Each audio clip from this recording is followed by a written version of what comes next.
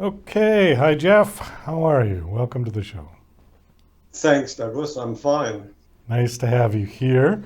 I was reading through your bio, and before we go, I was reading the text that you had done with John on Skype. Thank you very much for watching the show and listening to my music. Did you watch the videos of my music that were on there?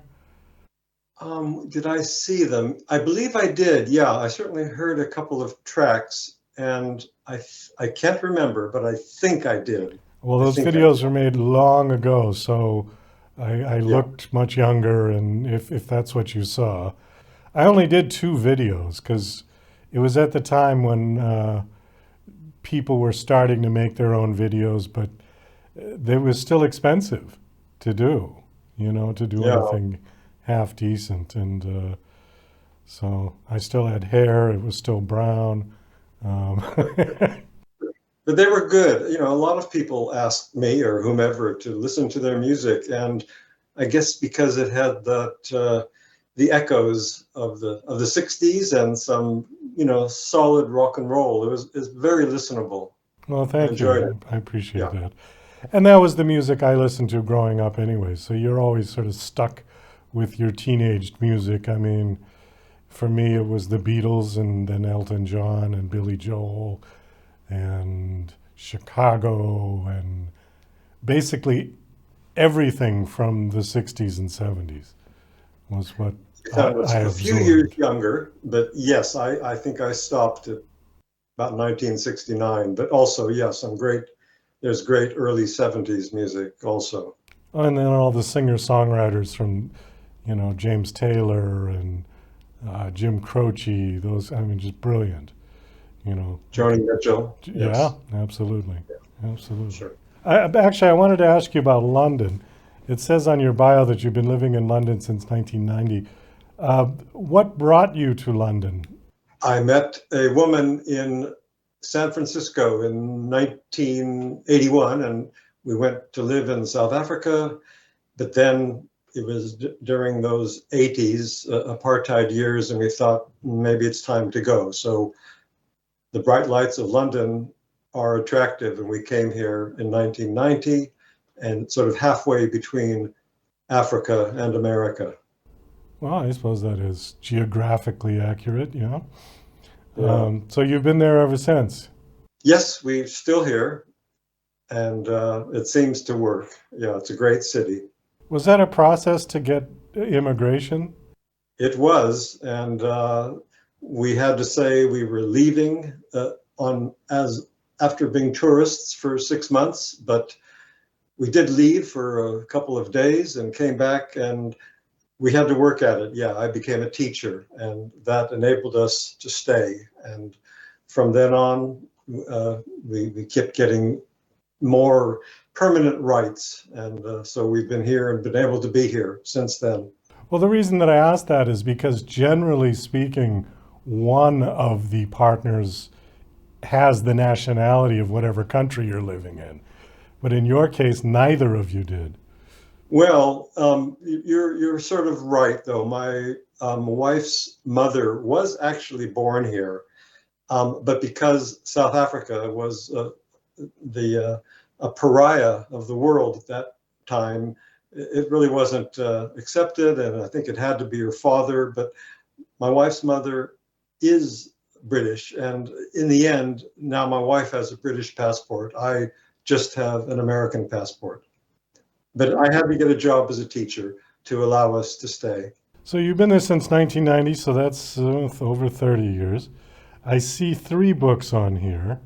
Your new one, When the Moon Was White, which we'll be talking about in a minute. Then I see Teaching Shakespeare to Hairdressers. That sounds very funny. And the other one is called, Shall I tell you? yeah, go ahead, because I can't find it now.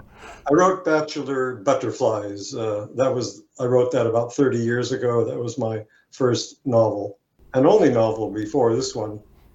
Well, tell me a little bit about the Teaching Shakespeare to Hairdressers. Well, I did 9 years of teaching English here in London, and the kids in this sort of, I don't know if you've heard of Essex Girls and Boys over there. sort of these kids who aren't interested in education. So I taught them Shakespeare, but they wanted to be hairdressers or football players, and it was tough. It was my baptism of fire in this country. They couldn't understand me too well, and I couldn't understand them too well. But I got through it, and they got through it, and that lasted for a decade. It's kind of a strange idea, an American going to London to teach English. I mean, it's. Well, it's the only thing I knew how to do. I had worked as a proofreader and an editor, but they needed teachers in the early 90s, and I had a phone booth down the road from where we lived, and I called every possible school that I could think of, and finally one said, okay, why don't you come here, and we can probably use an English teacher. But this wasn't English as a second language. No, they spoke purportedly their type of English, with estuary English, some of them call it, a very almost Cockney in some ways, but they speak English and I speak English, and our twain finally met at some point.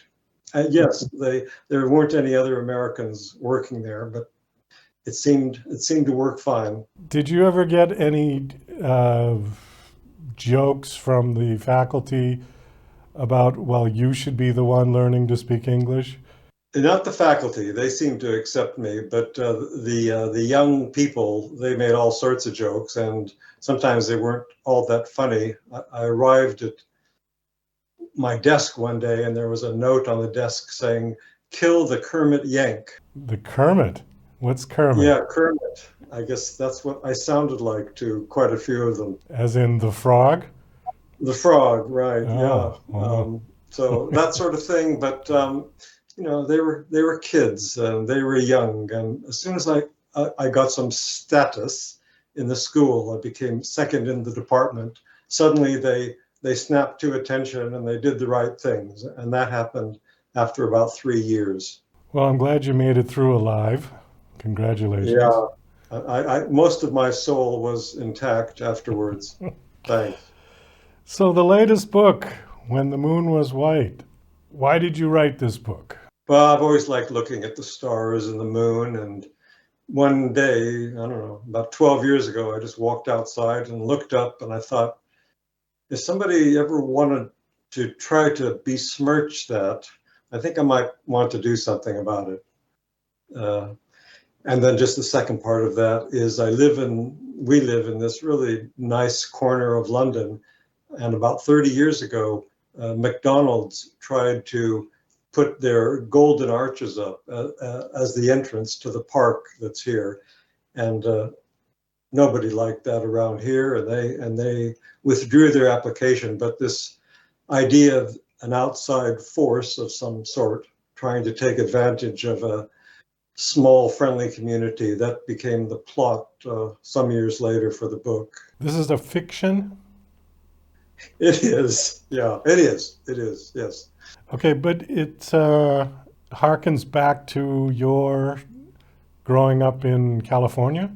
Yeah, certainly. I think it's a mixture, as various people have said to me, of America and England, because I've actually lived out of the States for longer than I lived in the States.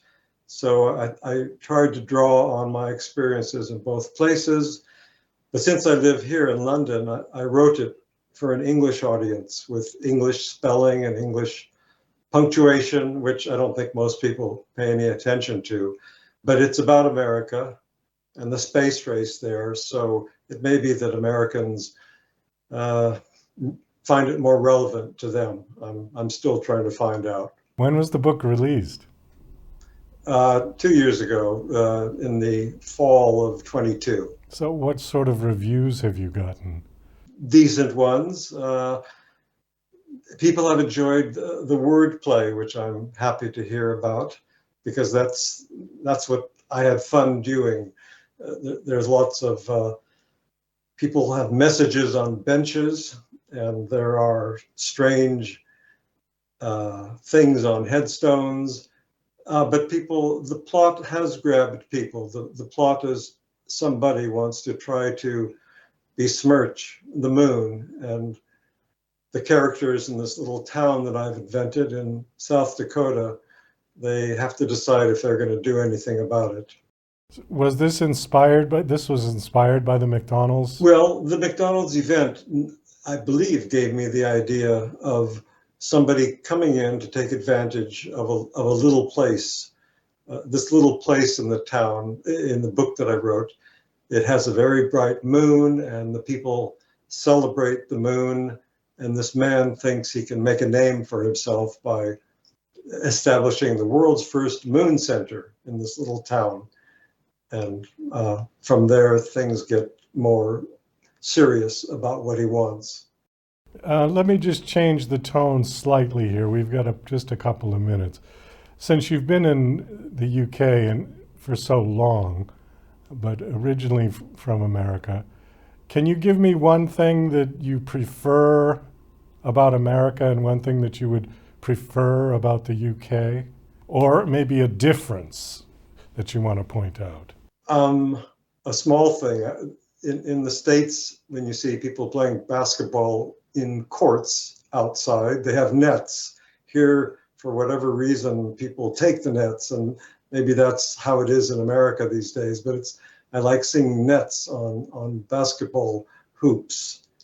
And I know that with sports, for instance, with English football, as it were, as it is, people are always arguing and shouting and swearing at the referees. And certainly from what I remember about baseball, you really can't even look askance at the umpire unless they might, toss you out of the game. And I like that. I like that more than I like the shouting at the people who are in charge.